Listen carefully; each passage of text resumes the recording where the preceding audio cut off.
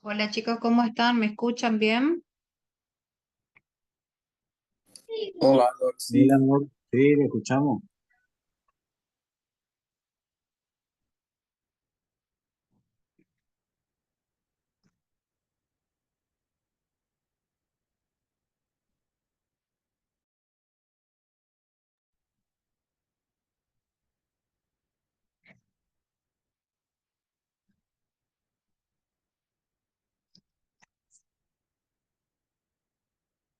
Hola, ¿me escuchan? Sí, Doc, sí, se le escucha. Gracias.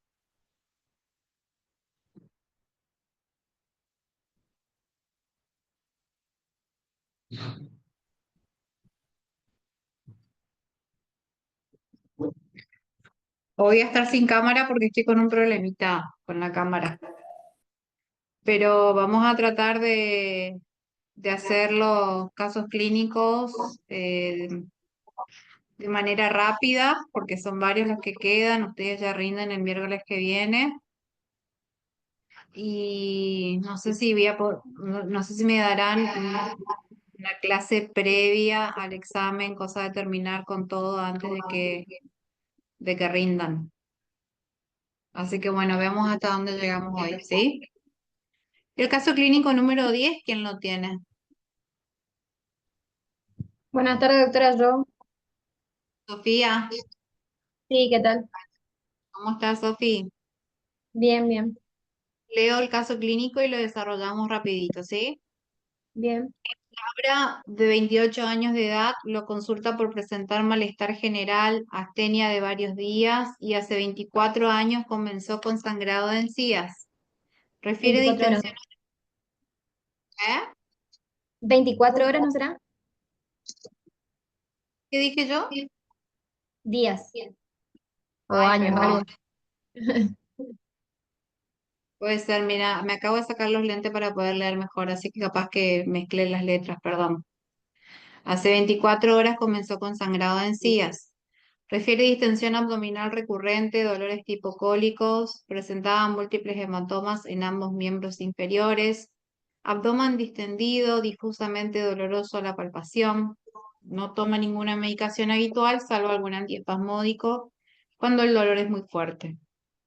Al examen usted observa deshidratación leve, afebril, con fase de dolor, una TA de 80-40, una frecuencia cardíaca de 110, un peso de 51 kilos y una talla de 160.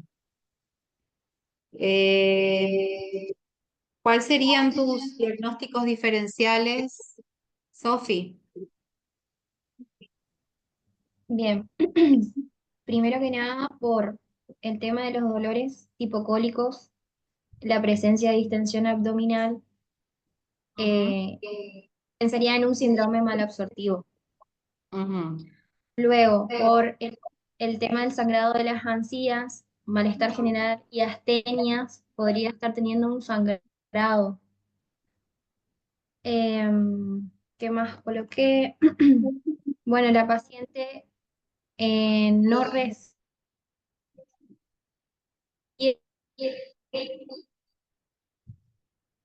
requiere estando en un proceso infeccioso por la TA, la frecuencia cardíaca, la astenia, el abdomen distendido y el dolor. Y como es una mujer en edad fértil, tendría que descartar alguna infección abdominal.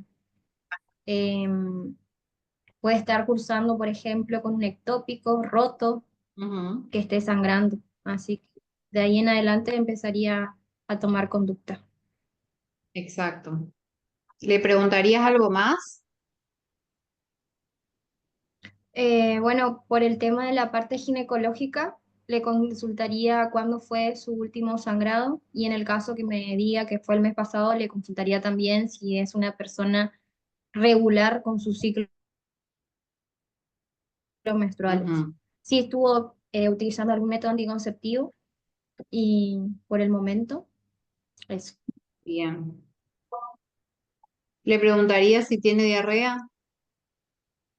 Sí, sí tiene diarrea o constipación también. Ujú, En el caso de que bien. uno u lo otro, cómo es la consistencia, eh, qué tan frecuente presenta esos episodios diarreicos o de constipación, Ujú. si hay algún familiar que curse con la misma sintomatología. Ajá. Le preguntaría si tuvo fiebre. Si en algún momento de las últimas semanas atrás o si viajó al exterior, también podría consultarle. Ajá. Perfecto. Viste que tuvo sangrado de encías, dolor abdominal, qué sé yo. Y ponele que haya tenido un poco de fiebre, nosotros no hace mucho cursamos con un brote de dengue, así que podíamos llevarlo para ese lado también, Sí, sobre todo por sí, esa sangradita. de encías. Y bueno, habría que pedir una eco a ver si también no está haciendo sangrado abdominal. Por eso las tenía. Perfecto. Entonces, dentro de dentro de lo que es exámenes complementarios, Ujú. recordamos todo lo que vos propusiste en cuanto a diagnósticos diferenciales. ¿Cómo haríamos o qué pediríamos para ir descartando todo eso? En primera instancia, ingresaría a la paciente para estudios. Sí. Pediría un laboratorio Ujú. que pediría hemograma, coagulograma, glucemia, urea y creatinina, Ajá. eh, sangre en materia fecal oculta para Sí. ver y estudiar también si no es gastrointestinal el sangrado. Eh, ¿Qué más? Luego una ecografía abdominal. Dentro de la ¿Algo ecografía más abdominal dentro de lo que es laboratorio? podría pedir también una PCR o una BCG, dependiendo que cuenta el laboratorio. Ujú. Ya dije coágulo, hemograma, glucemia, urea, creatinina, un ionograma, Ujú. eh, una orina completa, Ujú. ¿Y qué más te sangre en estaría materia fecal faltando? y bueno, un copro le pediría, porque una de las causas que puede generar un síndrome malabsortivo son los parásitos. No sé Sí, si me falta algo. bien, bien. Eh, Otra cosa que se le podría pedir a ella, si realmente estás pensando en un ectópico, por ejemplo, es La una subunidad. subunidad beta, ¿sí? Entonces, Ujú, para ordenar un poquito, nosotros tendríamos que pedir un hemograma, glucemia, urea, creatinina. Tenemos que ver el hepatograma, que no escuché que hayas pedido, por eso lo recalco. Sobre todo ujú, si nosotros estamos pensando en algún, o sea, si nosotros queremos descartar alguna coagulopatía, sabemos que el hígado tiene que ver con eso, digamos. sí, No tiene ictericia, o sea que no estaríamos pensando en algo agudo, hepático, pero hay que pedirlo, ¿sí? ujú. Bien, doctora. Un hepatograma, triglicéridos, dijiste una eritrosedimentación PCR está bien, un coagulograma está perfecto. Dentro del coagulograma ya te vendría el recuento de plaquetas. Ujú, En el caso de que tenga fuertes sospechas de un dengue, veríamos en qué situación de día febril está el paciente para ver si tenemos que pedir un NS1 o una IgM bueno, para dengue, ¿sí? En el caso de que estemos bien. pensando con fuerza en eso, ¿sí? Y, Ujú. eh, y si estás pensando en un síndrome malabsortivo, si tenés la posibilidad, aunque son muy sensibles, son poco específicos, pero podés pedir también algún anticuerpo Sí, ahí pediría antiendomicio, antigliadina y antitransglutaminasa pensando en un síndrome celíaco. en un síndrome celíaco. Igual no nos vamos a quedar con con esa data nomás, porque sabemos Ujú, que la celiaquía no se hace diagnóstico por ahí, digamos, no, excepto que no tengamos otra, que guiarnos por la clínica, que guiarnos por un laboratorio y bueno, lo que va a ujú, descartarnos el diagnóstico quizás es la dieta, pero si tenemos otros estudios que nos ayuden, auxiliares, mejor. Bien. ujú, Y entonces, ¿qué más? Dijiste ionograma, está perfecto, porque ella, así como está, con un 80-40, media deshidratada, debilucha, puede estar teniendo ujú. algún trastorno hidroelectrolítico. Sí, Entonces, si yo pienso con fuerza en una celiaquía, lo que falta en la anamnesis es el hábito catárquico, ¿sí? sí. Entonces, ver si realmente tiene diarreas crónicas o tiene un día sí, un día no, o que no llegue a conformarse bien las heces, sean más bien pastosas, ¿viste? Por ejemplo, si Sí. pensamos en una, en lo que dijiste en cuanto a un ectópico, que me dijiste que un Ujú. ectópico que esté sangrando, lo Tópico roto. habitual de encontrar es un abdomen mucho más agudo, ¿viste?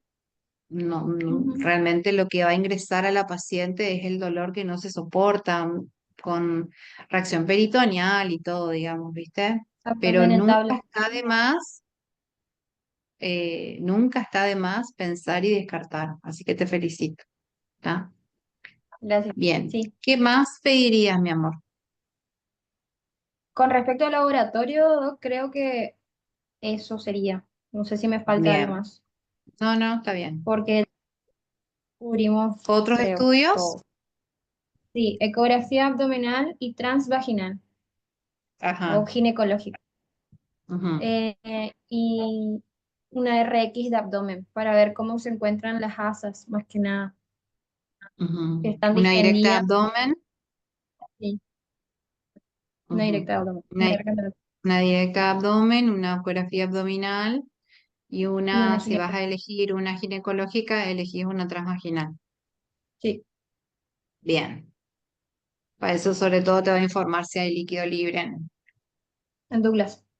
en exacto, en el fondo del frasco. Em, ¿Qué más pedirías, corazón? Si tenés fuertes sospechas, por ejemplo, de celiaquía, ¿cuál sería tu gol estándar en cuanto al diagnóstico?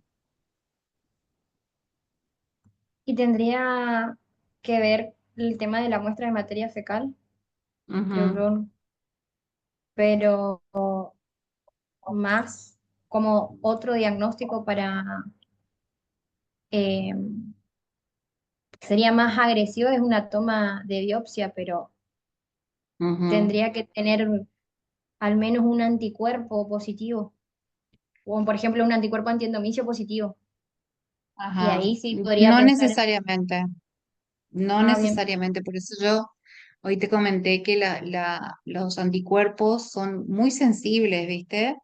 Pero son tan poco ujú, específicos que a veces te vienen todos negativos y, y vos haces una endoscopía y pedís una toma de biopsia de estómago y de duodeno, este, ujú, y realmente te sale re positivo, ¿viste?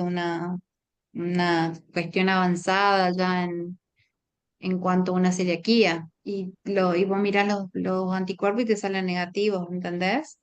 O sea, bien, eso no nos va a descartar a nosotros que ella tenga, si bien es cruento y demás, hoy por hoy se mejoró mucho eso en cuanto a la anestesia local del paciente, en ujú, cuanto a la sedación del paciente, realmente ni se enteran. ujú. Obviamente que es todo un tema pues, acceder a hacerte ese tipo de estudio, pero si yo tengo una fuerte sospecha, yo tengo que realizar ese estudio una vez que compense a la paciente, ¿sabes? Otra de estudios que no se utiliza mucho como gol estándar es el estudio genético. Ajá, Hay el tema de la determinación de los alelos, por ejemplo, ajá, más, se puede, pero esto es en el caso, bueno, que el paciente no quiera hacerse la biopsia, ¿no? Por claro, alguna razón pero no para tenga. eso necesitamos, viste, contar con alta complejidad y por ahí no accedemos mucho a eso. Por Pero eso, sí, es una opción, es una opción, sí. Bien, bueno. ujú, Viste que te dice deshidratación leve, es febril, tienes fase de dolor. Bueno, la ingresaste, la hidrataste, que una vez que ujú, descartaste algo quirúrgico, se puede agregar algún antiespasmódico una vez que hayamos descartado todo. Y, sí, y lo más probable es que pueda llegar a tener que, según lo que vos lees. para mí es un síndrome mal absortivo. Dentro de eso Ajá, probablemente una celiaquía, ajá, dentro de lo más o frecuente, como digamos. de lo más Un frecuente. coproparasito, ajá, un coproparasitológico podríamos pedir, y Sí, en el eso sí caso de pedí. sospecha, bueno, habitualmente, ¿cuál es el germen que da eh, síndrome mal absortivo? ¿Qué parásito? Yardia, Las ¿no? yardias, las yardias. Son las yardias las que forman una especie de capa a través del duodeno y no deja que los nutrientes se absorban de manera correcta y provocan diarreas crónicas. ¿Sí? Ujú. Bien, Sí, en el caso de que sea positivo, obviamente un metronidazol. Y en el caso de que sea positivo para celiaquía, no hace falta agregarle más nada, excepto una dieta, ¿sí? Y compensar ya. quizás lo que pueda llegar a salir mal, como por ejemplo que esté anémica. Obviamente vamos a agregar hierro, vamos a elegir quizás el menos agresivo, que es hierro polimaltosato, que es mucho más biodisponible. Ujú. Y bueno, complejo vitamínico, dependiendo de cómo veamos a la paciente. Pero una vez que nosotros corrijamos eso, todo vuelve a atender a la normalidad, ¿sí? Sí, tengo entendido que se empieza con la dieta, que suele Ujú. haber una mejoría en las primeras semanas Sí, y clínica. más o menos al cuarto, quinto mes empieza a haber una negativización de los anticuerpos, o sea, tendríamos que volver a citarla a la paciente para un control. Y con Ujú, respecto a las lesiones que se observaron en la biopsia recién de unos años, en la mayoría, digamos, ujú. desaparecen esas Sí. lesiones. Y otro Ujú, estudio que yo después agregué como eh, fuera ya del proceso activo agudo de la paciente, el hecho de pedirle un dosaje de lo que es desintometría ósea, digamos. Los pacientes generalmente sí. que están con celiaquía y esa celiaquía que no tiene esos síntomas tan característicos, o sea, que no le llevan al paciente a consultar, suelen Ujú, tener osteoporosis. Entonces también sí. pediría una densitometría ósea, más Muy bien. en esta paciente joven. O sea que de paso se dosaría vitamina D, Sí, ¿no? Bien, eso esa agregar es al una de las final cosas. porque Ujú. Bien, lo único como para cerrar es que al laboratorio, aparte de la vitamina D, en particular yo le agregaría una TSH y T4 para ver cómo bien. están todo su perfil tiroideo, que Ujú. sirve en el caso, sobre todo en la edad de esta chica, para ver si no hay algo que esté mal o que tengamos que corregir, ¿sí? Bueno, Bien, sí, inclusive puede ser que esta chica, por el mismo síndrome mal absortivo, sea una chica irregular, sí. ¿viste? Por los pocos nutrientes o lo poco que llegue, digamos, a absorberse. Así que bueno, Ujú. básicamente si la tenemos internada por una cuestión solamente de estudios, es solamente hidratación y calmarle los síntomas. Y Ujú. siempre que voy a calmar los síntomas con un antiespasmódico, y esto va para todos, porque muchas personas van a ir con dolor abdominal a la guardia médica y no es así nomás que vamos a poner una bucapina compuesta o una iosina y una dipirona. Primero descarto lo grave y después, si veo que está todo en orden o es un cuadro como por ejemplo una colecistitis, que yo sé que con una iosina le va a pasar y que va a tener varios cuadros, o ya sabe, ya que le duele la vesícula, bueno, está, ya conozco el cuadro. Pero si yo no conozco a la paciente o el paciente, los antiespasmódicos, a usarlos con mucho criterio, por favor. Bien, muchas gracias, Sofi. ¿Querés agregar algo más? No, creo que estaría completo. Bien, lo En único síntesis, que les pido es que le peguen una leída a celiaquía, a profundizar cuáles son los otros síntomas que podemos tener a nivel de la visión, a nivel de la piel, a nivel intestinal, a nivel de faneras, que son pequeños datos que pueden ingresar y pueden ser tranquilamente, como habitualmente estos de manejo ambulatorio, puede ser un caso que ingrese a, al examen, ¿sí? Dale, Sofi, muchas gracias. Bueno, Ah, el caso número 11, ¿con quién tengo el placer? Buenas tardes, doctora. Lita Luis. Disculpe, no poseo cámara porque estoy en una computadora de escritorio. Ok. Vos entraste con... Ay, no sé, no te veo. Estoy en Salita, Itacua. Ahí está, ay, perdón, Luis Martín. Sí, ahí ya Sí, te sí. vi, ya te vi, ya Sí, te vi. doctora. ¿Quiere que le Bueno, lea el caso? no, voy a leer yo. Así de Perfecto. paso agilizo mi visión. Una paciente de 84 años con Alzheimer que es traída al departamento de emergencias de ambulancia, en ambulancia por episodio de confusión, actitud combativa y fiebre. Ella es residente de un hogar para mayores desde hace 8 meses. Su historia médica pasada es significativa por la enfermedad de Alzheimer e hipertensión controlada correctamente con enalapril. Y por otro lado, ella es muy saludable. La paciente está confundida y es combativa con el staff, que según su familia no es su estado mental habitual. Su temperatura es de 38,1, su pulso es de 130 latidos por minuto, su presión sanguínea es de 76,32 milímetros de mercurio, su ritmo cardíaco es de 24 por minuto con saturación de oxígeno al 95% en el aire de la habitación. El examen ella está letárgica, agitada, perturbada, las venas de su cuello están planas, los campos pulmonares están claros y su corazón está taquicárdico, pero regular sin soplos o galope. Su examen abdominal no tiene aspectos relevantes y sus extremidades están cálidas y rosadas. Luego de la administración de 2 litros de solución salina normal por 30 minutos, su presión sanguínea es de 95 por 58 y sus exámenes de laboratorios iniciales volvieron con un recuento de glóbulos blancos de 15.800 por milímetro cúbico, con 67% de neutrófilos, 3% de células en banda, 24% de linfocitos. No se encuentran otras anormalidades. La radiografía de tórax obtenida en la sala de emergencias son normales. Su análisis de orina muestra 20 a 50 leucocitos por campo de gran aumento, 0 a 3 glóbulos rojos, abundantes gérmenes y piocitos a campo cubierto. Muy bien, Luis. ¿En qué pensás?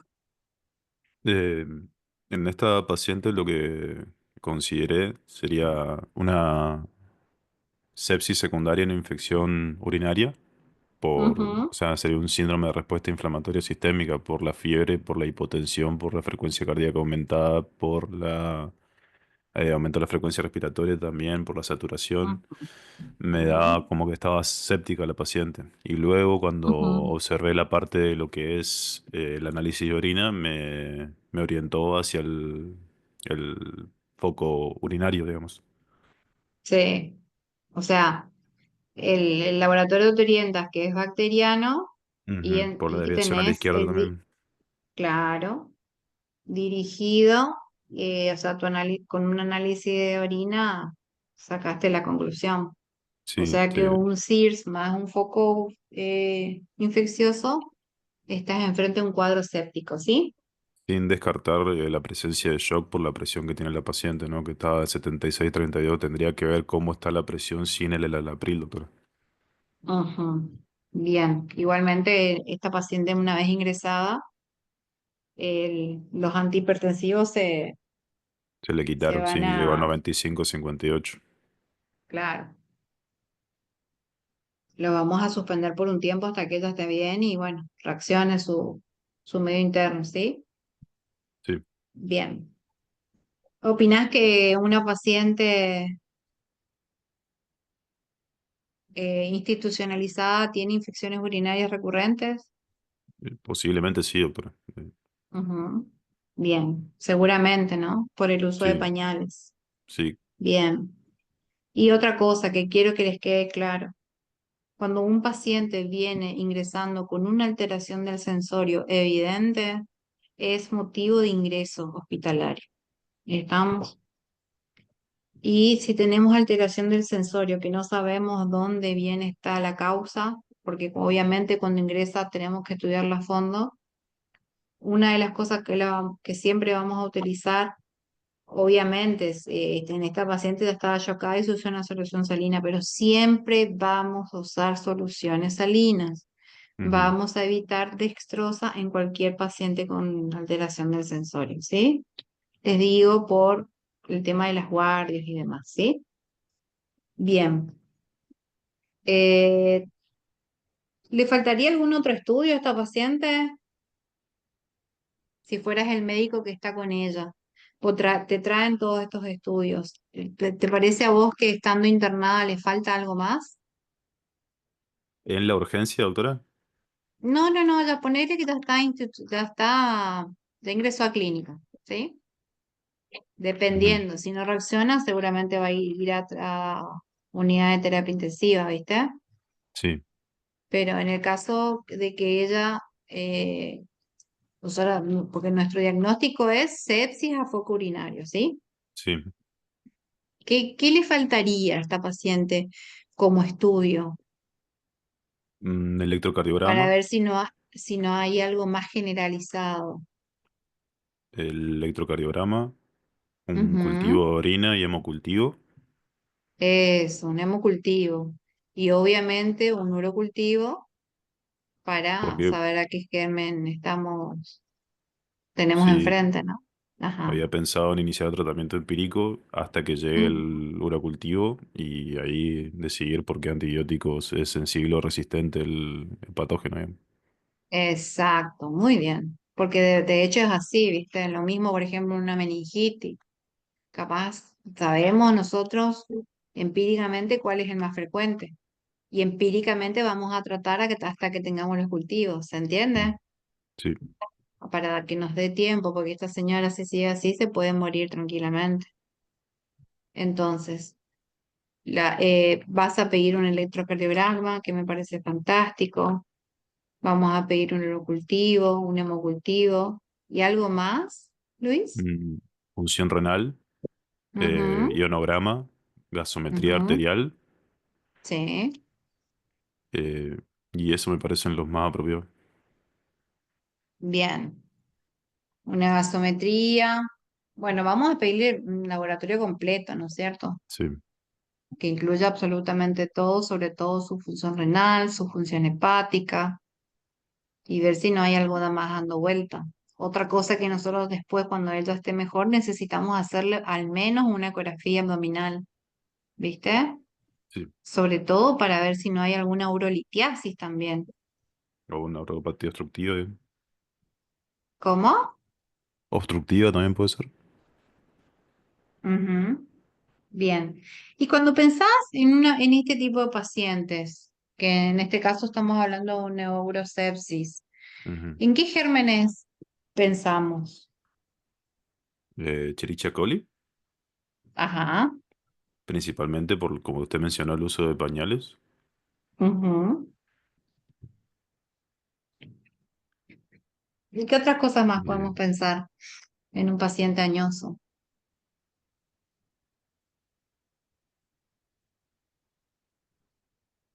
no, no se me ocurre otro. Podemos pensar en un Proteus, ¿sí? Podemos pensar en una Klebsiella, ¿tá? Que aunque uno no escuche muy seguido, es bastante frecuente se ve estas infecciones por bichitos raros. Lo bueno que seguimos teniendo todavía que el 90% de las infecciones urinarias están dadas por Escherichia coli, ¿sabes? Una pseudomonas, ¿Cómo? una pseudomonas puede ser. Pseudomonas también, tranquilamente. Sobre todo en una paciente con una inmunidad baja como la tendría ella, y si no maneja esfínteres, Ujú. se puede pensar en una pseudomonas tranquilamente.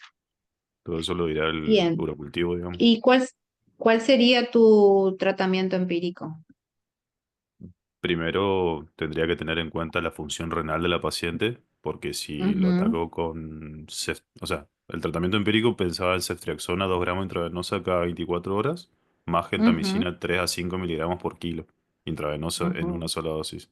Pero primero evaluar cómo viene la función renal de la paciente, porque no le puedo atacar con eso directamente si la función renal está ujú. disminuida. Y si, Pero sí y si tiene sería, función renal disminuida, ¿cómo hacemos? no me acuerdo cuál era el cálculo, pero eh, La cálculo es mitad de dosis, Luis.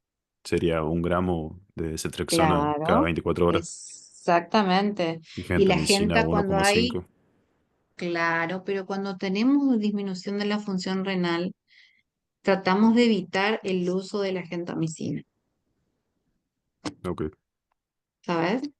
sí, doctor. Y todo lo que sea, por ejemplo, que quieras usar una quinolona o en este caso que estás hablando de una cefalosporina de tercera generación, si tienen fallo renal, habitualmente usamos a mitad de dosis, ¿sabes? Sí, doctor. Dale. Y si, por ejemplo, tenemos, ponele que esta señora que no tiene nombre, pobrecita, eh, vos iniciaste esquema, ponele que sus riñones todavía no te traen un aumento de creatinina evidente como para decir está con fallo renal, eh, y vos empezaste con ceftriaxona y resulta que tu urocultivo viene eh, distinto. ¿Qué otro esquema crees que pueda llegar a ser factible en esta paciente? ¿A qué otros antibióticos crees que pueda ser sensible? Pongámosle que tenga una Escherichia coli nomás. Y te dice resistente a cefalosporina de tercera generación o directamente te dice resistente a ceftriaxona. Mm, no, bien. ¿Qué otras familias de antibióticos pensás que se puedan ocupar? Siempre pensando en antibióticos que funcionen con gram negativos, ¿no es cierto? ¿Qué otro Pero se así, puede Doc, ocupar? tazobactam. Puede ser como última instancia, no sé quién estaba hablando. yo, disculpe, doctora, ¿no Sí, podríamos Sofi, eh, ver el tema del nitrofurantoína? se puede, pero es un bacteriostático. Solamente está indicado en este caso que es una sepsis, es algo grave, solamente si es el único antibiótico sensible, ¿sabes, Sofi? Está, gracias. No, de nada.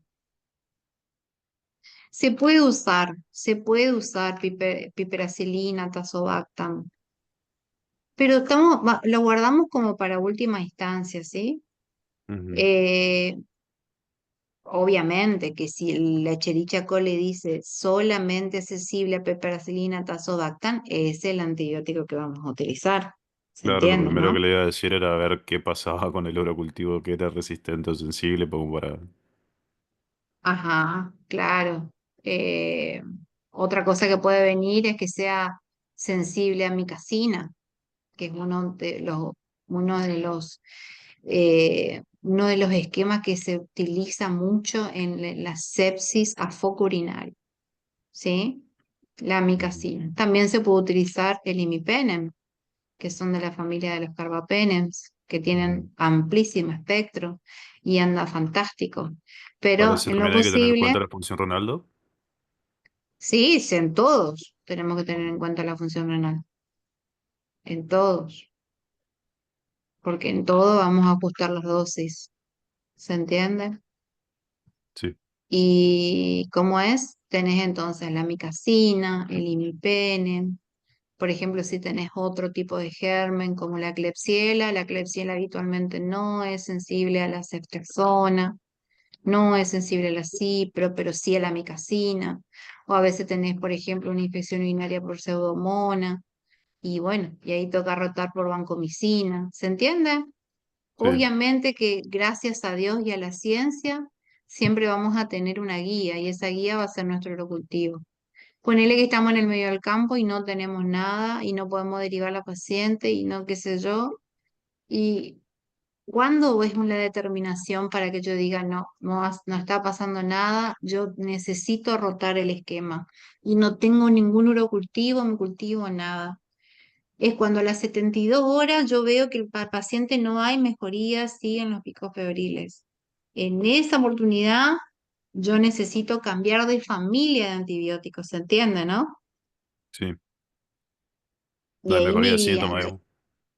Claro, no hay mejoría de síntomas, no hay no hay una reacción de su metabolismo, no hay una reacción de todo lo que es sistema cardiovascular, al contrario. Por ejemplo, a esta señora con 84 años, viste que te dice que tiene fiebre. O sea, le tenemos que agradecer a una señora de 84 años que haya hecho fiebre. Porque a esta edad, por ejemplo, ellos están más enérgicos, a veces un simple cambio en su humor, eso nos hace pensar, viste, que gerontología es otro mundo otra vez, así como pediatría es otro mundo. En un cambio del sensorio nosotros podemos pensar en una infección y nunca tuvo el paciente fiebre, ¿se entiende? Porque ya su sistema central de temperatura no es el mismo de antes, no reacciona de la misma manera, no tiene la misma este, interacción de interleuquinas, interferón y citoquinas que hacen falta para aumento de la temperatura. ¿Se entiende? Eso ya está disminuido en su sistema inmunitario. Entonces, a esta paciente que tiene 84 años, le damos gracias de que tuvo fiebre y que nos guía, ¿no?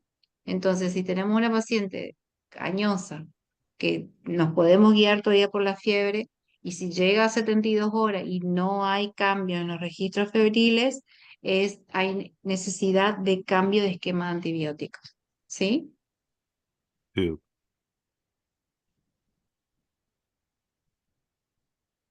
Hola. Sí, doc. ¿Me escucha? Sí. No sé si hay alguna pregunta sobre esto. Vieron que dice la pregunta 5, ¿qué conducta toma con la paciente? La conducta que le está pidiendo es la internación, porque es una Mm, paciente que no se puede manejar por ambulatorio. ¿Qué tratamiento elige? Ya lo hablamos recién. ¿Tá? Y los estudios complementarios, obviamente, es complementar lo sanguíneo y los estudios por imágenes. Si tengo dudas, si tengo dudas con una ecografía, una vez compensada la paciente, la puedo ingresar a hacer una tomografía abdominopelviana. ¿Estamos, Luis? sí, doctora. Muy bien, muchísimas gracias, Luis. No, gracias a usted. El caso clínico número 12.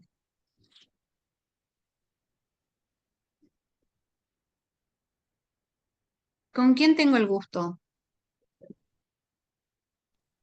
Doc, la chica estaba en la consulta, está llegando en la casa, no sé si llegó. Sí, sí, Doc, acá estoy. No llegué, pero estoy acá. Ah, ok. Está en el auto. Estoy en el alto. Bueno, ¿qué va a ser? Así nomás es todo. La virtualidad, así como tiene sus comodidades, también tiene sus traspieces. Pero lo importante es que estamos conectados. Sí. Bueno, el caso clínico número 12.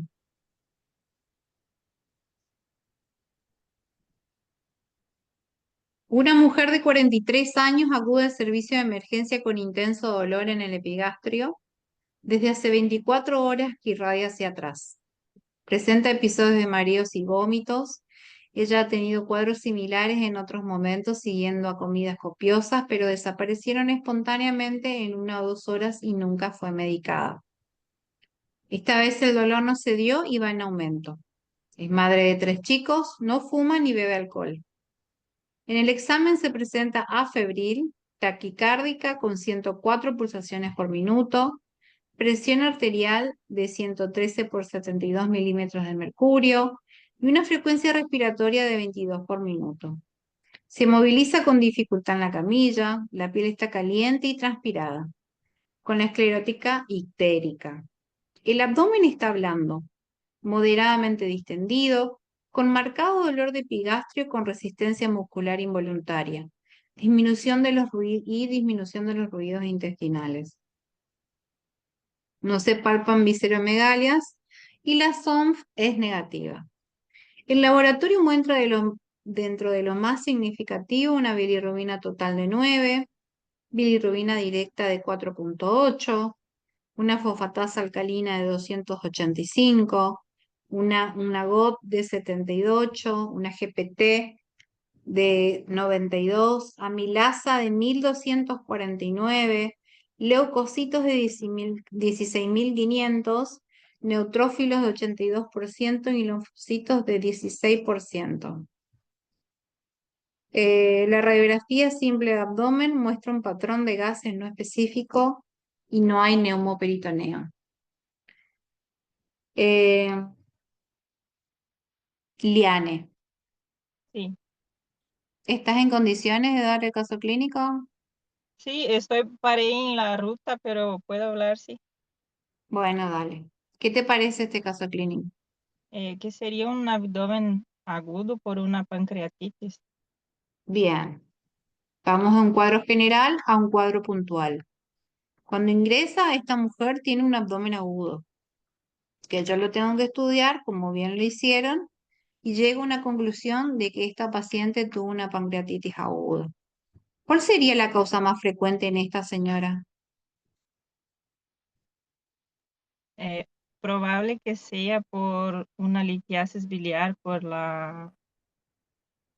los antecedentes de ella, Ujú. ¿Y cuáles son los antecedentes? que tiene cuadros similares cuando come comidas copiosas del dolor, Ujú. Bien. que ¿Y algo más? desaparece en 1 o 2 horas y ¿qué más tengo? Bien. Y otro antecedente que tienes es algo que no podemos cambiar, que es una cuestión genética, que es mujer, que tenemos tendencia a la litiasis biliar. Y otra que, ¿qué más al ser mujer nos induce a tener litos biliares? El colesterol alto. Sí, puede ser. ¿Qué más? ¿Por qué te marca la historia clínica y te dice, tiene 3 hijos? Sí, los Eso. femenina, los Que embarazos sea multípara, o sea, que multíparos. haya tenido hijos, cada embarazo predispone a la litiasis biliar. ¿Estamos? Bien. ¿Hay algo más que tengamos que hacerle a este paciente? Cuando ingresa este paciente, o sea, este caso está cantado porque tiene todo hecho, digamos, ¿sí? Pero a mí me interesa saber qué tipo de, bueno, el diagnóstico más probable está. ¿Cuáles son las posibles causas? Hablamos de la que más generalizada. ¿Cuáles otras causas conoces de litiasis o de pancreatitis?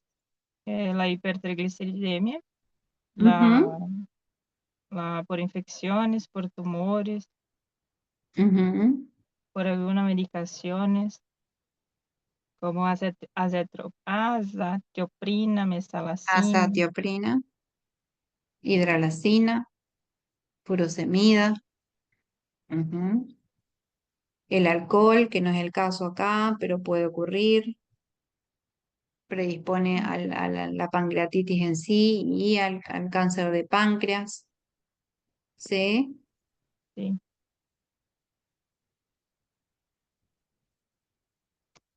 Lian, ¿estás ahí? sí, doctor. Ah, ok, perdón. No se me fuiste un ratito y pensé que se te desconectó.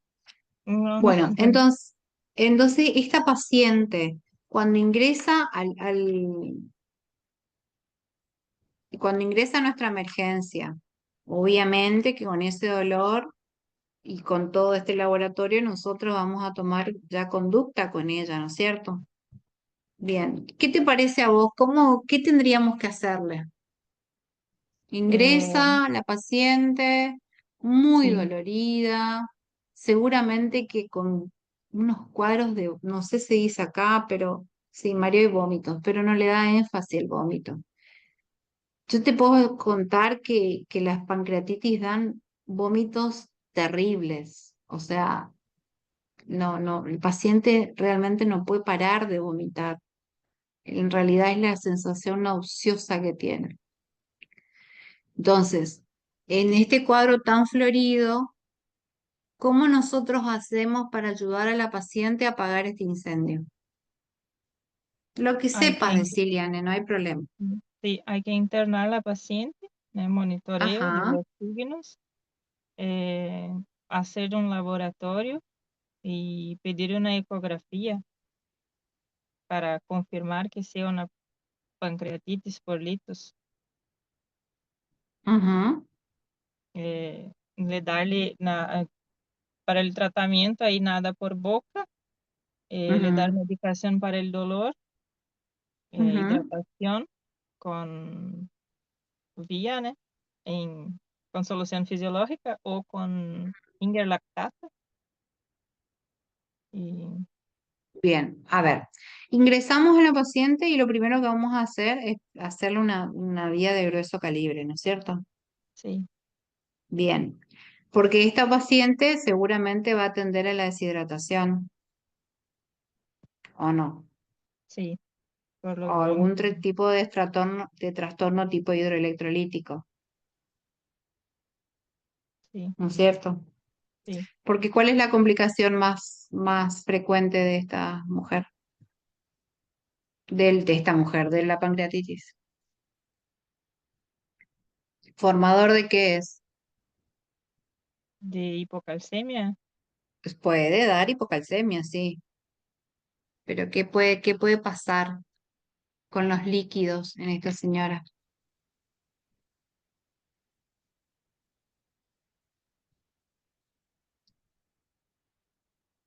¿Hay una formación de qué? de tercer espacio, una sepsis. Bien, hay una formación de tercer espacio. ¿Por qué? Porque el fuego inflamatorio que tiene hace que se trasvase líquido. ¿Se entiende? Sí, Bien.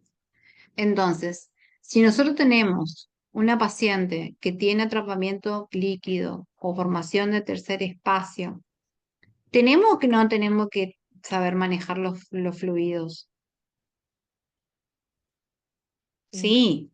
Entonces, vamos a intentar por el medio que sea, tener un acceso de buen calibre hacia la paciente, porque esta paciente se puede chocar, esta paciente puede pasarle cualquier cosa, ¿me entendés? En esta paciente, si yo no tengo un buen acceso, es candidata a que se le pueda llegar a hacer una vía central, ¿se entiende? Porque muchas veces que la paciente viene tan deshidratada, de tanto vómito, de tanta cosa, cuando llego al acceso venoso no logro acceder, ¿me entendés? ¿Y qué otra cosa más tenemos que hacer con ella para calmarle el dolor? le darle morfina o tramadol o el Mm, meperidina también. bien. Dentro de los tres que nombraste hay uno que es de elección, El meperidina que es, la meperidina. ¿Por qué? ¿Te acordás? sí, porque tiene efecto sobre el esfínter de Oddi, Sí, es el que menos efectos tiene sobre el esfínter de Oddi. el que menos tiene. Es bien. Vamos yendo, vamos yendo. Sí, Bueno, entonces, esta paciente que está grave necesita que controlemos los ingresos y los egresos, ¿sí? Es una paciente que cuando llega y detectamos lo que tiene, no va a tener nada por boca y aparte de haberle hecho un acceso venoso bueno o importante, lo que vamos a hacer es colocarle una sonda nasogástrica.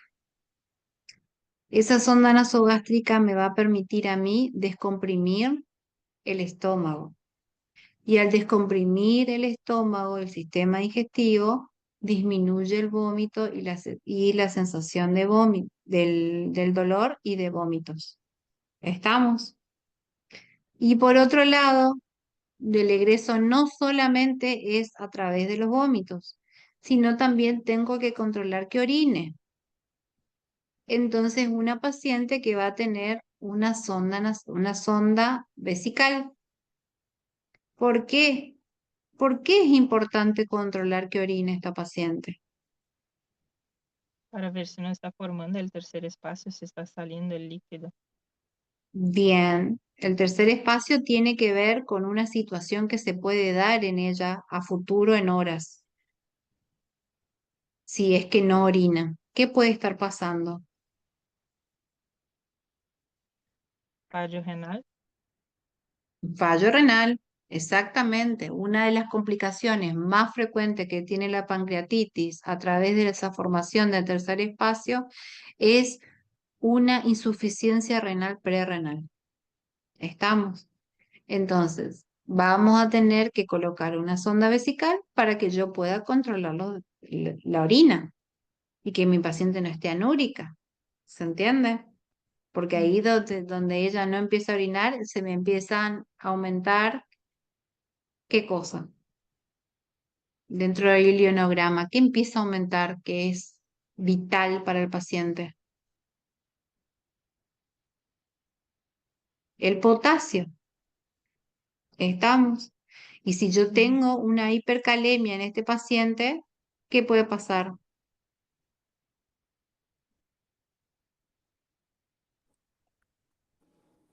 Arritmia. Hipercalemia. Arritmias. Y puede haber una arritmia que no esté buena. ¿Está? Son cosas que yo voy a ir pensándolas a futuro. ¿Se entiende? Yo tengo que ir adelantado al paciente o adelantado al paciente para saber, tengo esto, puede pasar aquello, tengo esto, puede pasar aquello. ¿Se entiende? Tengo que intentar ir más allá de donde está mi paciente en el presente y ver de la forma de que no llegue a esas complicaciones. Entonces, por eso estoy en el hoy. Voy a hacer una sonda nasogástrica, voy a ver una vía de buen calibre, voy a colocar una sonda vesical. Obviamente, ¿qué ocurrió? Se incendió el páncreas. El páncreas, ¿qué es lo que habitualmente produce y va a sangre?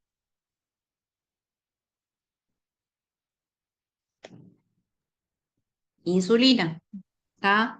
Entonces, lo que voy a controlar en este paciente también van a ser sus glucemias. ¿Sí? Voy a controlar el ingreso y egreso de líquidos. Voy a colocar una metoclopramida para ayudar con los vómitos. Voy a suspender la vía oral. Voy a elegir algo para calmar el dolor, que habitualmente es el metoprolol, nada que ver. Metperidina, que es el que menos efecto tiene sobre el esfínter de Oddi. El tramadol y la morfina andan bien para el dolor, pero por lo general hacen contracción en ese esfínter de Oddi y pueden empeorarme la, eh, la pancreatitis en sí. Bien. Y si la pancreatitis, por algún motivo, razón o circunstancia, llega a complicarse de por sí, y yo, ¿qué tipo de estudio le voy a pedir a mi paciente para saber qué tipo de pancreatitis tuvo? Matar.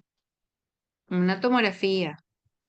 Muy bien. Voy a pedir una tomografía que me va a definir si esa pancreatitis fue una pancreatitis necrohemorrágica o no necrohemorrágica. Y en el caso de que fuese necrohemorrágica, ¿qué otro tipo de medicación es necesario que yo coloque? Ahí tengo que entrar con antibiótico terapia. Antibióticos terapia, exactamente. Voy a utilizar porque hay riesgo de infección. Estamos. ¿Y cuál es el antibiótico que habitualmente se utiliza en este paciente? Ciprofloxacino más metronidazol. Bien, se puede usar, que es lo que habitualmente se usa, en abdomen, porque es polimicrobiano. Pero, por ejemplo, si queremos utilizar uno, y si ustedes van a los libros de pancreatitis, o sea, los que desarrollan el capítulo de pancreatitis, te habla también del uso único del meropenem, Ujú. ¿está? O imipenem. Bien. Esta paciente, con el cuidado de todos los días, porque yo no puedo, realmente es difícil poder gobernar la evolución natural de la patología, ¿sí? Voy a depender de cómo estuvo mi organismo previamente, si es un organismo competente o no, si era una paciente sana previamente, si no tenía hábitos tóxicos o no, que ella no las tenía. O sea, era, gracias a Dios, era una paciente previamente sana. Una vez que hice todo eso y empieza a mejorar el cuadro, puedo empezar a probar con la vía oral a las 72 horas. Algunos libros dicen que puede iniciarse antes. ¿Estamos? Pero en este caso, si yo no tengo, si tengo vía oral suspendida, obviamente que eh, las soluciones que voy a utilizar van a tener que tener algún destrozado. ¿Sí? ¿Y cuál sería la complicación de, de una pancreatitis resuelta? Que yo tengo que decirle, mira, señor, usted acá en 2 meses se tiene que hacer una tomografía de control. La complicación sería la diabetes. Una de ellas. ¿Qué más? Estamos hablando sí, estoy hablando puramente del páncreas. ¿Qué puede pasar? Pseudoquistes. Los pseudoquistes, la formación de pseudoquistes. Cuando nosotros, lamentablemente, si la paciente zafó de ir a quirófano en una pancreatitis aguda, si tiene pseudoquiste va a tener que ir a quirófano porque esos pseudoquistes se tienen que sacar, porque son un foco de infección.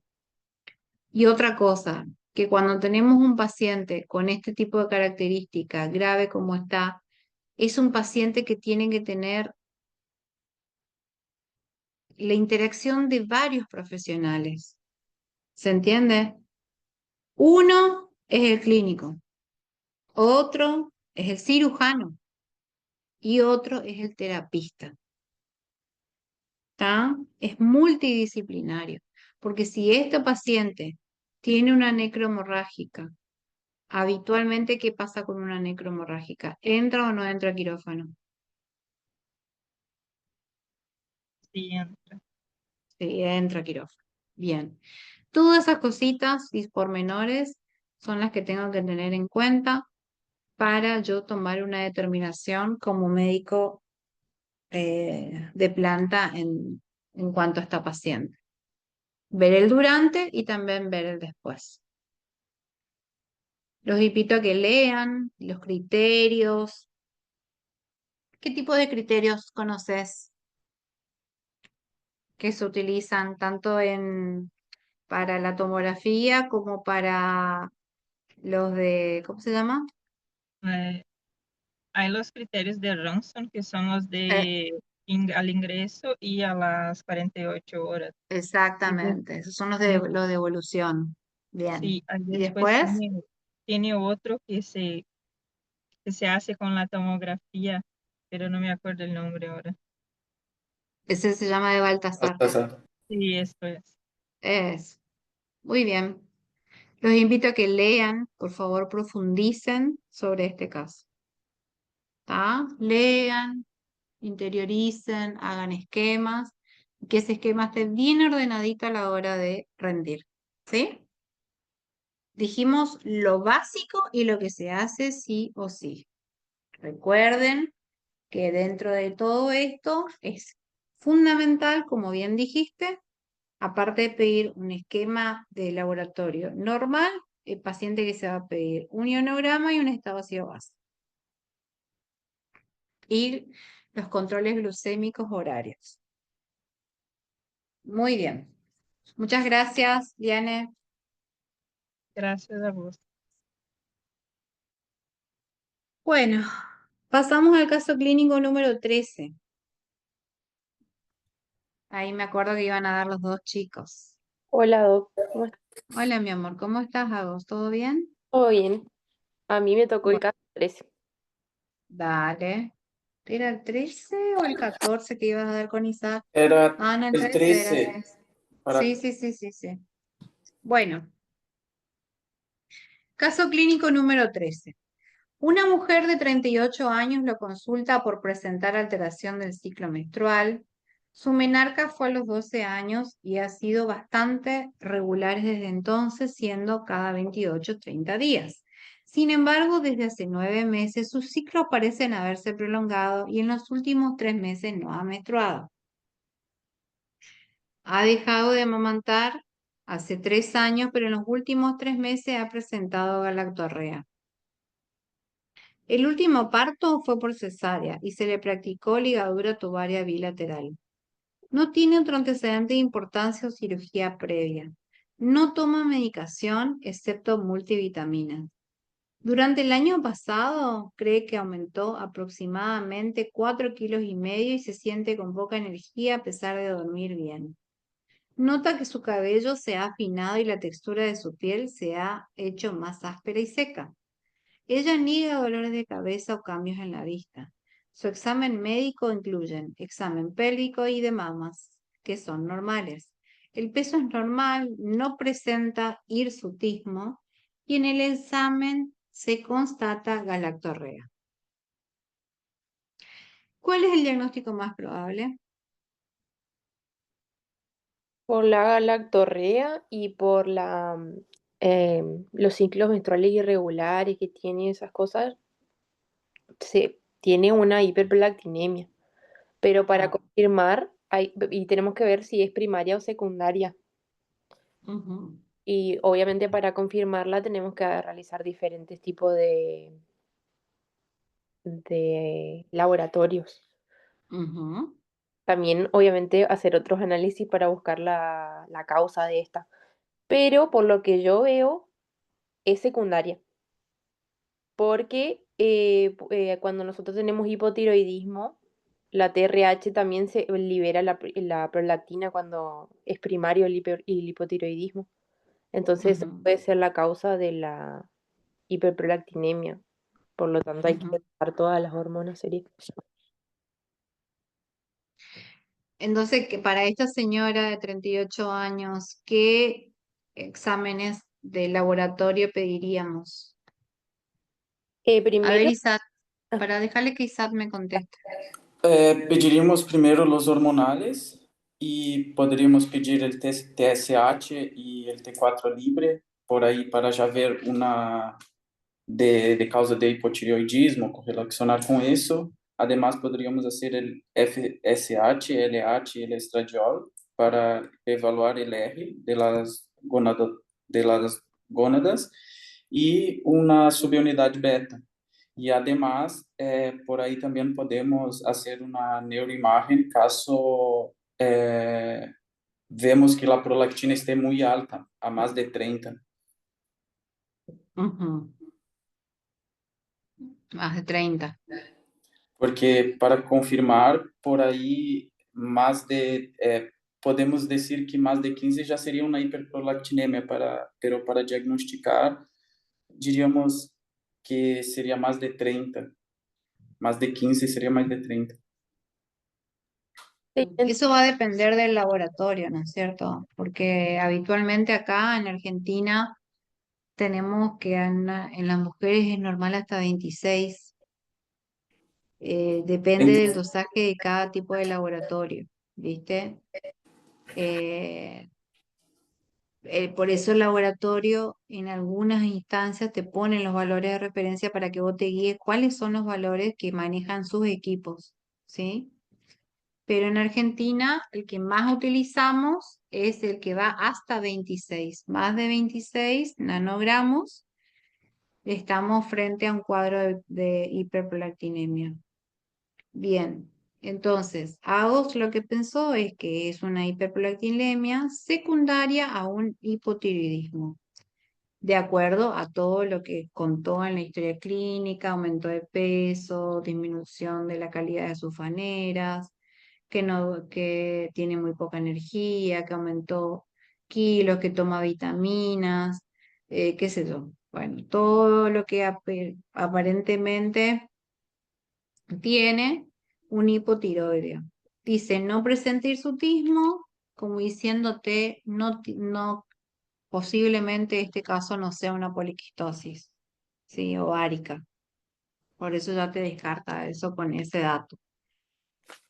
Entonces, a pesar de que tiene una ligadura tubaria bilateral, nunca está de más pedir una subunidad beta, por las dudas, porque eso no es garantía de nada. Entonces, lo que vamos a hacer es pedir un hemograma, una glucemia, una urea, una creatinina, un hepatograma, que en ese hepatograma ya me va a venir colesterol total, los triglicéridos, una eritrosedimentación, una TSH, una T4 libre, una T4 total. Vamos a pedir prolactina, ¿sí? Y una orina completa. Con eso yo estoy bien.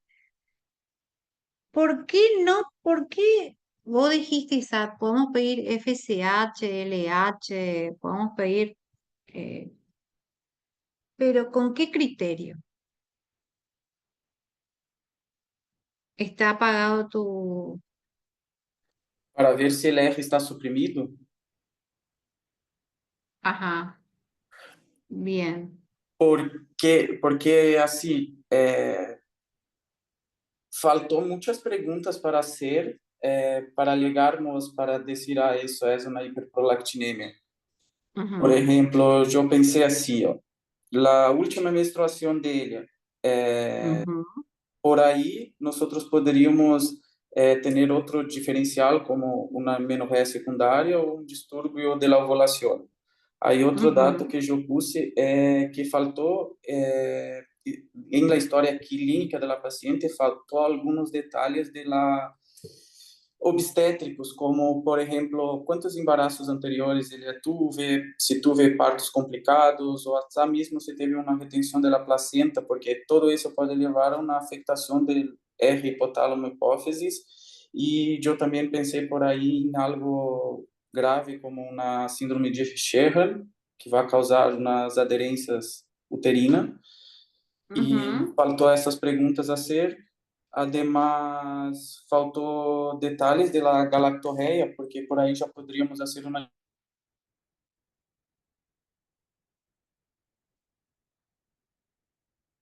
Quedó congelado. cosa. Y también si la mujer manipulaba mucho la mama, ¿no? Que eso también podría alterar. Además, también faltó hacer preguntas sobre el peso de la paciente, hacer el IMC de la paciente para ver la distribución de grasa, ver si la paciente tiene un sobrepeso central, por ahí puede estar afectado la, eh, uma resistência à insulina, pode causar uma síndrome metabólica ou também uma síndrome de los ovários. Ujú. Bien, digamos que eso es, o sea, pedirías todo eso si ya te das a otro tipo de diagnóstico, como por ejemplo, lo que me quisiste decir es como que tenga una menopausia precoz. Sí, Ujú. Bien, se puede, se puede. Hoy, lógicamente que vamos a tratar de ir por lo más, siempre por lo más, por lo más habitual a lo menos habitual, ¿tá? Pero si lo pensamos, que hace 3 meses no menstruó, lo primero que yo tengo que hacer es descartar que esté embarazada, aunque dice que tiene una lisis tubaria, pero igual, ¿me entendés? Sí, Entonces primero voy a ir yo a un laboratorio, ¿sí? justo yo iba a decir eso, que lo primero que haría como un algoritmo diagnóstico. Primero haría el test de embarazo, si sale negativo, dosaría primero la prolactina. Si la prolactina Ujú, sale aumentada, ahí sí dosaría, por ejemplo, T3 y T4, T4 y TSH. ujú. Y eso también sí o sí del teste, porque, por ejemplo, no sé si fue esta semana o semana pasada, llegó una paciente que dijo que hizo la ligadura y mismo así estaba embarazada. Y Entonces, sí, tal cual, por eso les digo, no es garantía de nada que se hagan ligaduras tubarias. ¿Estamos? Entonces, siempre vamos a ir de lo general. Y vos, por ejemplo, Agus, cuando viene la paciente, si bien está bien ese algoritmo, pero habitualmente cuando le pedimos el laboratorio le pedimos todo juntos, ¿sí? Excepto que vos digas, bueno, voy a ver, o le voy a hacer un test de embarazo acá en la salita y si me sale negativo, tiro una batería de estudio. Si me sale positivo, tiro otra batería de estudio, ¿entendés? Por lo Sí, general no sucede eso, sí, se ni en pide salud la pública. beta y todo eso junto ya con la prolactina, T3. Claro, claro. Entonces viene la paciente y ya encerramos todo lo que pensamos medianamente dentro de un laboratorio. Entonces ya viene si viene la subunidad beta o no, si ya viene la TSH elevado o no, si ya viene la prolactina elevada o no, ¿sí?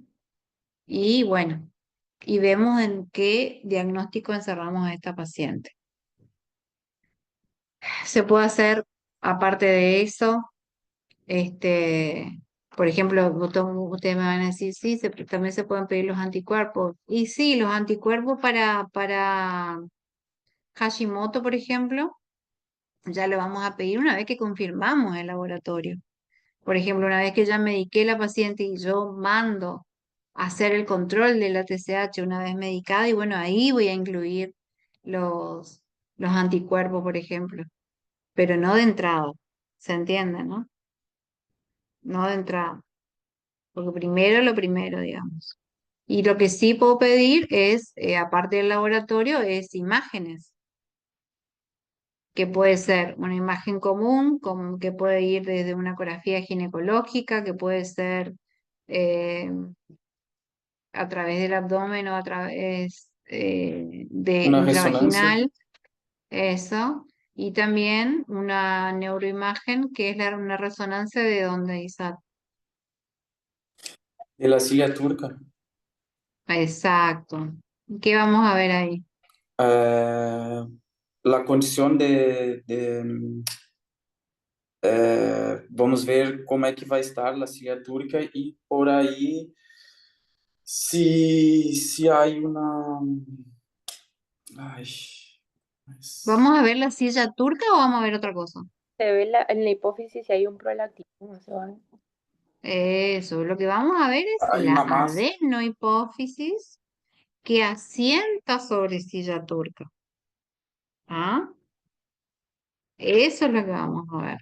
Se pide una resonancia así de silla turca, se pone el diagnóstico de prolactinemia y obviamente el que va a hacer la lectura me va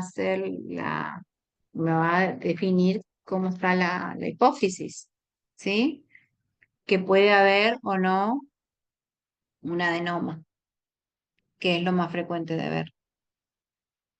Bien, por ejemplo, si van a los libros de antes, decía que las resonancias iban después de que la prolactina superara los 100 nanogramos, ¿sí? Hoy por hoy, cuando se estudia una hiperprolactinemia primaria, no estoy hablando secundaria, hipotiroidismo. Cuando es primaria, es solamente la mujer que por ahí se le hinchan las mamas, tiene galactorrea y tiene alteraciones del ciclo y ocurre que quiere tener un bebé y no puede y viene y consulta y bueno, se le detecta una hiperprolactinemia de primera instancia. Ahí dicen la literatura actual es que ya no importa qué grado tenemos ¿cómo es? De prolactina, que en cualquier momento se puede pedir una resonancia. Antes era después de los 100 recién, era el criterio, digamos. ¿Leíste algo distinto a vos?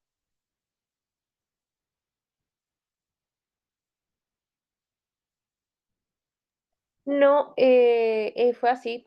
Yo había visto que la prolactina en los hombres a partir de 16 y las mujeres a partir de 25 y como usted dijo, si no tiene ninguna otra causa aparente, como por ejemplo los fármacos o el embarazo, que es lo fisiológico, o alguna otra cosa, ya se tiene que estudiar ya la silla turca, no importa si no llega a 100 como era antes. Perfecto. Así es, exactamente. Muy bien. Vamos a suponer entonces que este caso clínico es una hiperprolactinemia secundaria a un hipotiroidismo, que seguramente es lo que tenemos enfrente y es lo más frecuente. ¿Cómo arrancamos tratamiento, Isaac?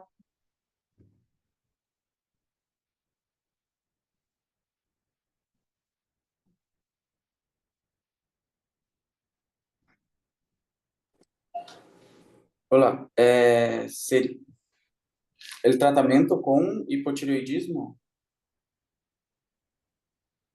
Hola, Hola, sí, te escucho. sería el tratamiento para el hipotiroidismo. ¿Cómo? Claro, estamos Al- hablando de una paciente que tiene una hiperprolactinemia, una tiene galactorrea y una hiperprolactinemia secundaria a un hipotiroidismo. con ¿Cómo levotiroxina. arrancamos tratamiento? Con levotiroxina.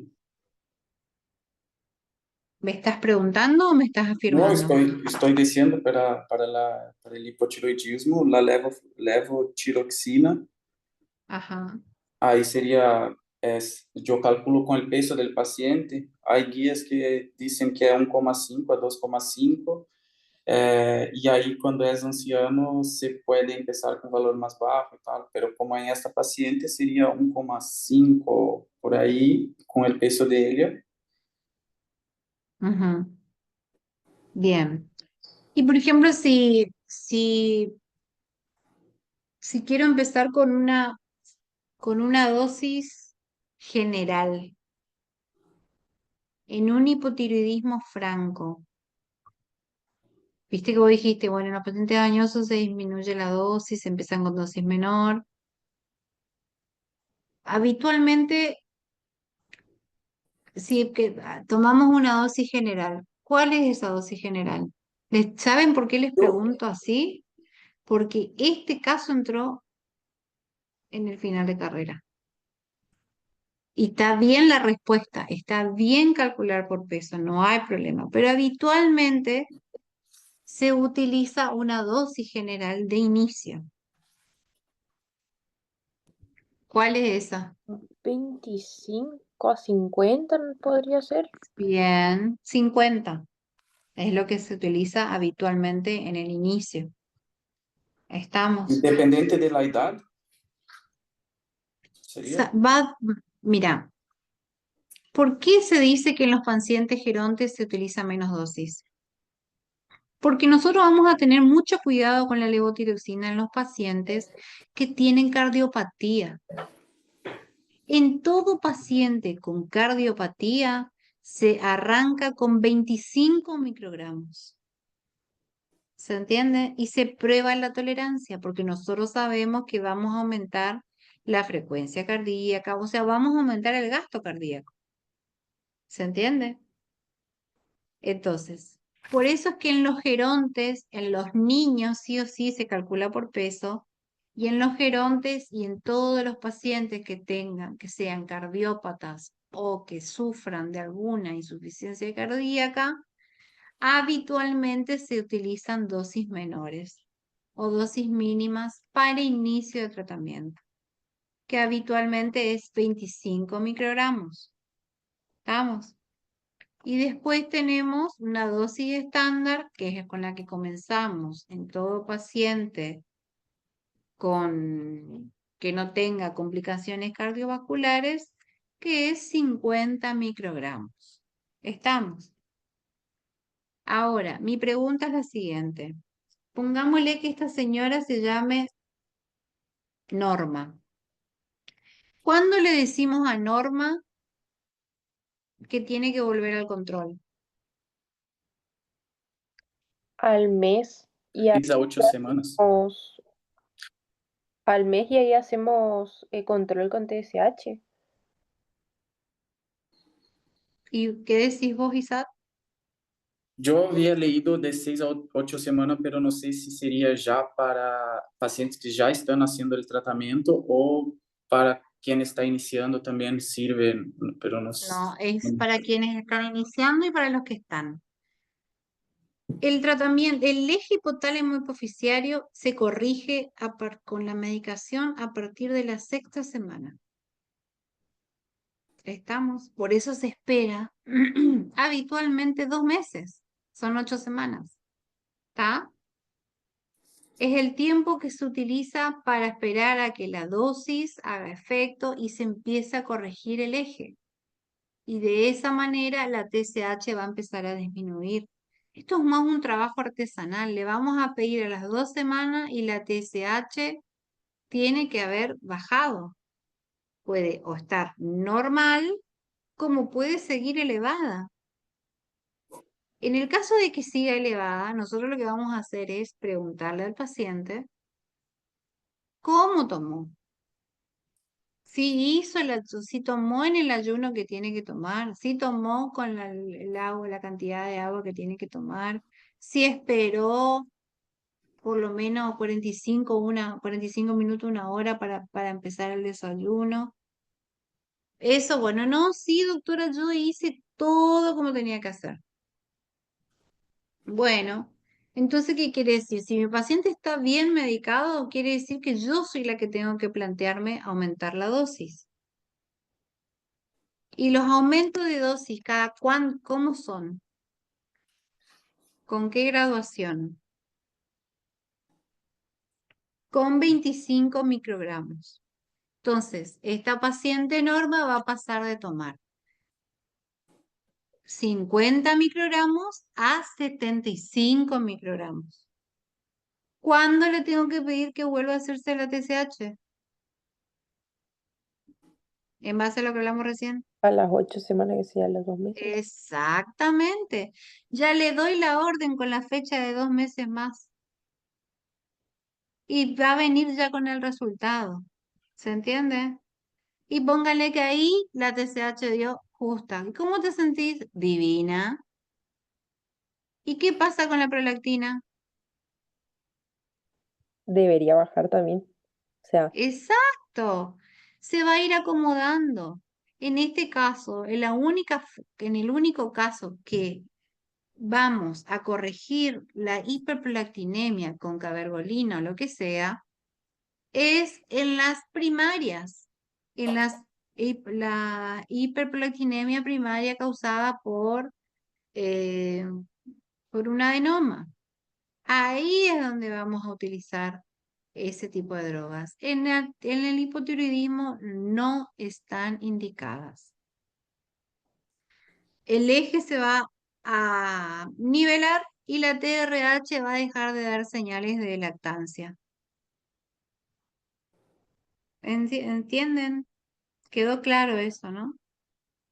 Y otra cosa, lo primero que se nota cuando nosotros tenemos el tratamiento con levotiroxina, lo primero que mejora es la condición clínica. Al mes los pacientes ya se dan cuenta que recuperan la energía, no tienen tanto sueño, están más activos, empiezan a tener raciocinio más rápido, porque recuerden que el hipotiroidismo da enlentecimiento en lo cognitivo, da bradilalia, hablan más despacio, es como que tienen, no digo que van a ser verborrágicos, pero sí van a tener mayor agilidad del manejo de la, de la, del habla.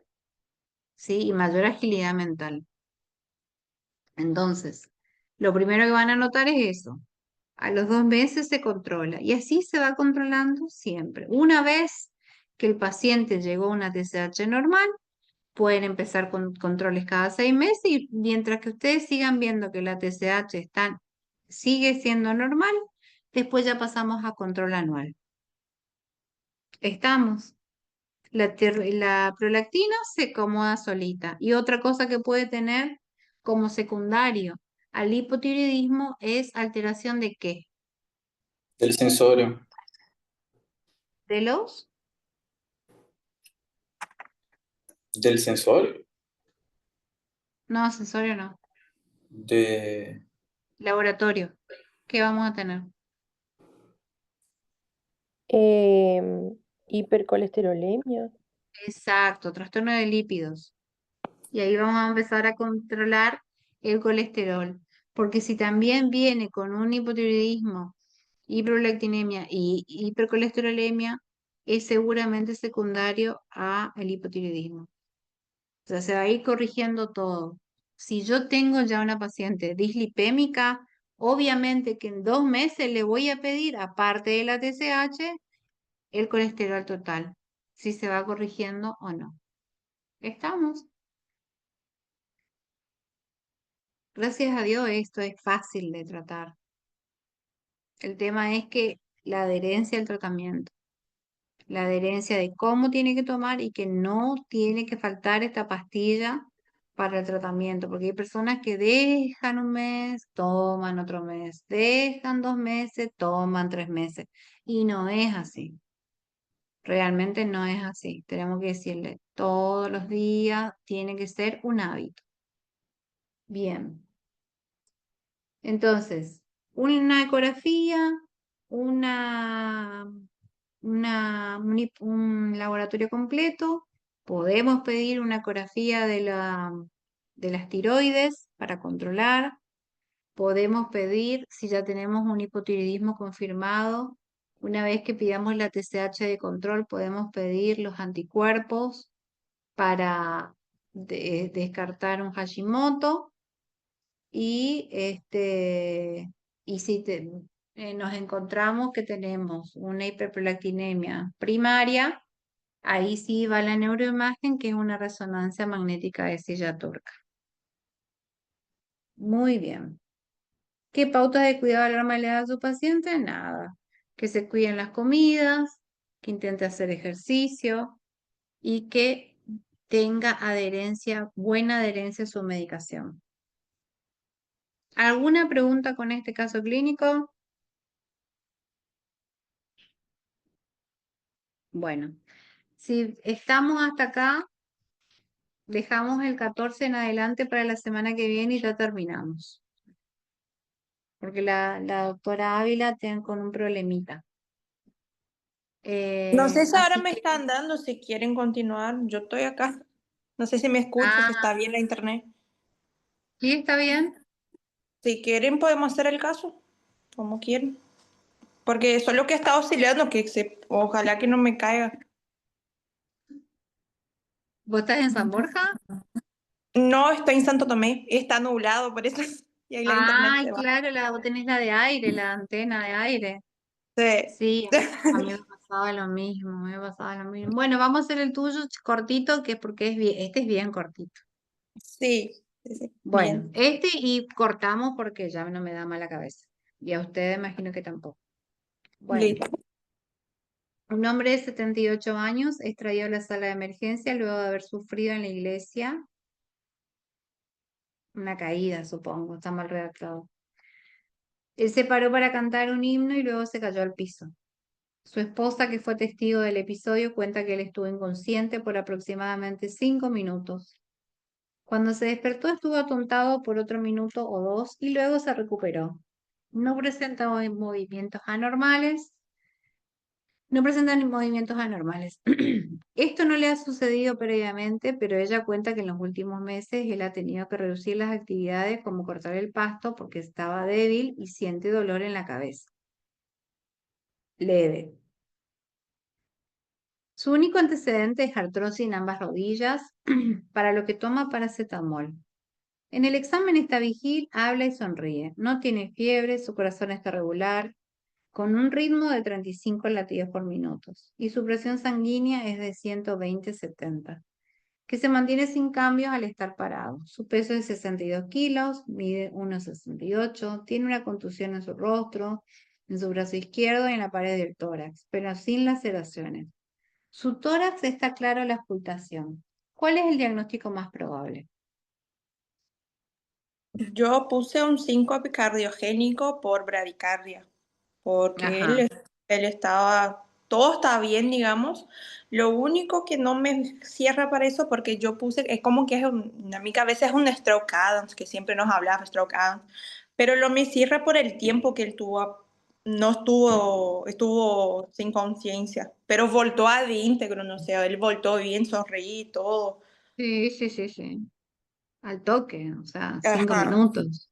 5 minutos, Sí. sí, pero siempre nos dijeron que ese era como segundos, así, tipo lo... Ujú. Pero por eso no sé, yo puse 5 cardiogénico, Y está bien. ¿está? Y Ujú, diagnósticos diferenciales yo puse que puede ser un TIA, que él tuvo por la edad también, puede ser que tenga las arterias más tapaditas, digamos. ujú, Crisis convulsiva, una hipoglucemia, una hipotensión ortostática, pero eso se descarta porque la presión de él está normal, y también una estenosis aórtica. ujú. Que son lo más común, ¿no? En el paciente Ujú, añoso. Bien, sí. perfecto. Bien. Con un dato así tan simple como un signo vital, ya podés hacer el diagnóstico en este paciente. Sí. Ujú. ¿Cuál es ese signo vital? Los pulsos, los latidos, tipo la frecuencia cardíaca. Claro. Ujú. La 35 frecuencia latidos. cardíaca. Sí. Yo le internaría y 35. pediría un electro. Bien. Muy bien. Este paciente con 35 latidos por minuto en la iglesia no se puede quedar y tampoco puede ir a la casa. No, no. Exacto. Entonces lo vamos a llevar al hospital para que hagan un ingreso y para que lo tengan en observación y hagan los estudios pertinentes. El estudio que en primera instancia va a hacer es un electrocardiograma. Electrocardiograma Ujú. para descartar bloqueo auriculoventricular, que es lo que Bien. hace más sospecha por la edad y por todos los síntomas. Ujú. ¿Y qué tipo de bloqueo pensás? Tiene que ser o un grado 2 avanzado o un grado Ujú. 3 para que dé Ok. síncope, digamos. Bien. O sea, estamos hablando de un ave completo. Sí. Ujú. Bien, perfecto. Entonces vas a pedir un laboratorio. ¿Qué más pedirías dentro de su internación? Yo le internaría, yo puse acá PHP, plan de hidratación parenteral, porque llega, no sé cómo está la hidratación por ser un señor de edad también. Y hacería monitoreo cardíaco continuo, monitoreo de glucemia, y ahí sí me sale positivo el electro para, ¿cómo es? Para el bloqueo, yo le doy atropina, o para que levántese, digamos, de los lados. Ujú. ¿Es indicación de atropina? Sí, porque ya tiene síntomas de ese Ujú, atropina 0,5 en bolo. ujú. ¿Qué más le pedirías? Un ataque de cráneo porque se cayó y es anciano y no sabemos y dijo que siente dolores de cabeza, eso. Un hemograma tipo plaquetas, hemograma, glucemia, Mm, orina completa, urea creatinina, perfil lipídico también. Y yo ujú, pediría una ecocardio Doppler para descartar estenosis aórtica. ujú. Bien. O sea que lo primero que tenemos que hacer, aparte de un electrocardiograma, es un laboratorio y Ujú. descartar también los síntomas de tipo metabólico, ¿no es cierto? Claro. Bien. Entonces, aparte de, bueno, el hemograma, vamos a pedir una glucemia, ¿sí? Sí. Vamos a ver, bueno, sus riñones, urea, creatinina, hepatograma. Vamos a pedir un ionograma, a ver cómo está su potasio, sodio, Claro. cloro. calcio Exacto, también. eso. Y bueno, el resto del laboratorio es normal. El ecocardiograma está perfecto, porque ahí vas a ver, aparte, si no hay alguna otra complicación en cuanto a lo estructural del corazón. Estamos hablando de las válvulas, sus paredes, su contractilidad, eh, y ver si no hay algún tipo de disquinesias a nivel de su corazón que hayan sido por algún evento cardiovascular anterior, ¿no es cierto? Sí. Puede ser que La tuvo un infarto y tomografía, ni sabe. claro, por ahí tuvo un infarto silente y no se dio cuenta. Y eso pudo haber derivado en un AV completo. ¿Se entiende? Porque ¿qué habitualmente daña la estructura del eje eléctrico? Algo común de todos los días. La taquicardia, digamos, el estrés, Puede ser el estrés, pero lo más común, lo que todos los días vemos en la salita, Hiper- hipertensión, la diabetes. hipertensión, Sí, exacto, la diabetes. Tranquilamente te pueden dañar el eje eléctrico del corazón. claro, sí, sí. Las dislipemias. No solamente que el corazón está cansado de latir, porque es un órgano que ya está con sus años, sino también que soportó cuadros de enfermedades crónicas que a su vez presentan cuadros inflamatorios crónicos. No sé si me explico. En este caso no sería, por ejemplo, en él, porque tiene 62 kilómetros, 68, está muy bien de peso. ¿Tá? Ujú. Sí, sí, Sería sí, un yo vi síndrome eso metabólico. también. Yo calculé, el IMC está bien, re bien. Sí. O sea, no es un síndrome metabólico, pero sí puede tener otro tipo de cuestiones que hagan que tenga un proceso inflamatorio crónico, como la diabetes, qué sé yo, alguna otra patología. Todo lo que sea crónico genera un estado inflamatorio crónico en el cuerpo. ¿Estamos? Bien. Y lo que sí quiero que quede clarísimo, que uses o no uses atropina, el tratamiento definitivo de este Es paciente, ¿cuál es?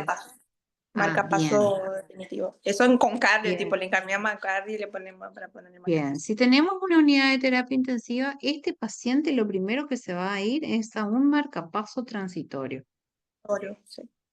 ¿está? Hasta que podamos dar con el equipo de cardiología correspondiente para que pueda tener un marcapaso definitivo. ¿Estamos? Este caso es cortito. Lean síncope, lean bloqueos, lean cómo se ven los electros, ¿sí? Lean sobre hipertensión, diabetes, ¿sí? Y la tomografía cerebral, que está perfecta por la caída, y con eso ya estamos. Pero en esto tan simple como tomar el ritmo, como evaluar, no el ritmo, como evaluar la frecuencia cardíaca, obviamente el ritmo, porque el ritmo nos dice mucho, eh, ya tenemos un diagnóstico casi certero en la mente. Es lo mismo que yo tome el pulso y tenga un pulso por arriba de 150 y encima irregular. Ah, acá tengo una fibrilación auricular. ¿Se entiende? Sí, si O está sea, diferente el pulso, la simetría también indica. exacto. Con saber yo utilizar de manera correspondiente los signos vitales, yo tengo gran parte ya del diagnóstico en este caso. ¿Estamos? Muy bien. ¿Algo más que quieras decir? No, era eso, solo que a mí, tipo, tipo, cuando ya diagnostiqué, dije, no, eso es trocada. Encima, un oral de cardio me tocó ese tema. Pero, y me Mm, dudé nomás por el tema del tiempo, tipo, que los 5 minutos es un montón para una persona estar de síncope. Pero bueno, si por la edad, capaz, o algo así. ujú. ¿Vos pensaste en una CB? Eso, o también puede ser que tuvo una convulsión o algo así, una crisis Ujú. convulsiva por el tiempo, pero tampoco tuvo, ¿cómo es? No tuvo pródromos, no tuvo después, tipo, tampoco tuvo... No tuvo un to- estado posictal. no, tampoco nada de eso. Por eso me llamó la atención que no Claro. tuvo nada. Sí, Sí, por eso te dice, vuelve en sí, lúcido, consciente, bien, recupero claro, y total. habla, todo, Exacto, recuperacional, íntegro, sí, sería. exacto. Pero Bien, es- por ahí a un stroke o más, un stroke transitorio, cuesta más que vuelva a restituirse todo, ¿entendés? Nunca va a ser en 5 minutos, o sea, y la historia clínica estaría contada de otra forma. Como nosotros más adelante tenemos un caso de ACV, que ahí sí te cuenta todo como para que vos pienses en eso, ¿sabes? bien, está, Dale. está bien. Bueno, chicos, muchas gracias, Nicole. Gracias, doctora. No, Gracias. a vos. Gracias, Doc. Cual- Cualquier cosa que tengan de preguntas, por favor, no duden en escribirme. Que tengan una gran tarde y vemos la semana que viene qué día nos encontramos. Voy a intentar de que sea previo al examen, ¿sí? Listo. Muchos Gracias. éxitos. Chao, Listo, chao. nos vemos, chao. Chao, chao.